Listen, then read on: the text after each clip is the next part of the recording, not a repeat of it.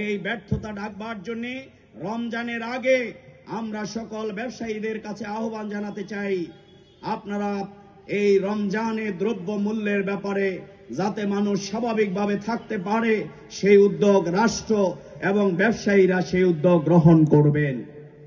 আমি সর্বশেষ আপনাদের বলতে চাই, বাংলাদেশ আগামী দিনে জামাত ইসলামের হাতে কিন্তু সেই আলাদিনের চেরাগ নেই, কিন্তু বাংলাদেশ রাজনীতিবিদরা যদি সৎ হয়, আল্লাহওয়ালা হয়, দুর্নীতি না করে, চাঁদাবাজি না করে, পুলিশকে ফোন দিয়ে তার দলের সন্ত্রাসীকে ছেড়ে দিতে যদি না বলে, জমি দখল যদি না করে, 10 বছরের মধ্যে বাংলাদেশ বিশ্বের দরবারে মালয়েশিয়া, সিঙ্গাপুরকে অতিক্রম করে উন্নত রাষ্ট্রে পরিণত হবে ইনশাআল্লাহ। আপনারা কি সেই রকম বাংলাদেশ চান?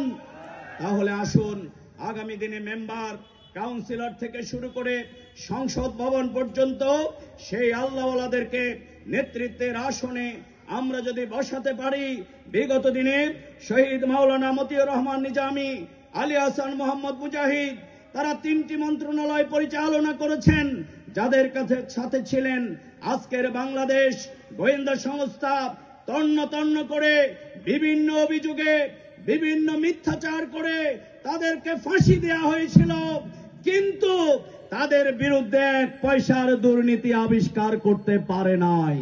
বরং আজকে লন্ডনের কোর্ট রায় দিয়েছে, বিগত দিনে যে বিচার, যে আইন, যে আদালতের মাধ্যমে বিচার হয়েছে, যে নির্দেশ দিয়ে হত্যাকাণ্ড হয়েছে, এটি ছিল পৃথিবীর ইতিহাসের সবচেয়ে বড় বিচার।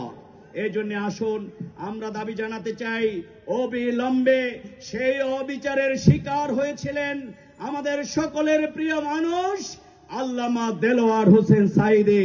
রাষ্ট্রকে আগে এই সকল মানুষকে নিরপরাধ ঘোষণা করতে হবে এবং আদালত সে উদ্যোগ নেবেন। অবিলম্বে আমাদের প্রিয় নেতা আজহারুল ইসলামকে মুক্তি দিতে হবে। আপনারা কি চান? এই জন্য আমরা সেটি প্রত্যাশা করছি। আগামী দিনের বাংলাদেশ হবে দুর্নীতিমুক্ত বাংলাদেশ, আগামী দিনের বাংলাদেশ হবে ইসলামের বাংলাদেশ, আগামী দিনের বাংলাদেশ হবে সব ধর্মের লোকের বাংলাদেশ। আগামী দিনের সেই সুন্দর বাংলাদেশ গড়বার জন্য আজকের এই কর্মী সম্মেলন থেকে আমরা শপথ নিতে চাই, প্রতিটি ঘরে ঘরে, প্রতিটি মানুষের কাছে আসুন সেই দাওয়াতকে, সেই ইসলামের আদর্শকে, সে রাসূল করিম সাল্লাল্লাহু আলাইহি সাল্লাম